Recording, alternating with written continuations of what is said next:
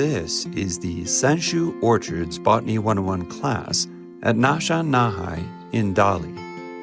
During the day, kids explored the farm and garden, collected plant samples, and inside created their own herbaria.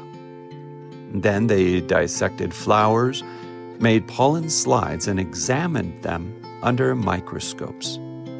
Next, they picked and ground leaves and processed the biomatter to extract chlorophyll and a couple other biochem experiments. In the next lab, kids set up a plant nutrients test set and then enjoyed some time in the nature science library. Quite a day packed full of wonderful nature science learning and hands-on experiments.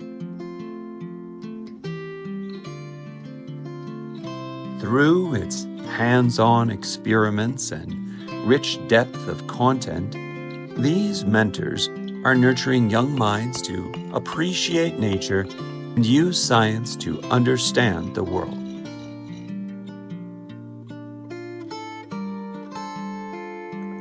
This program was created to bring the best childhood and education resources to Dali, which is widely considered the best location in China for raising kids and enjoying nature.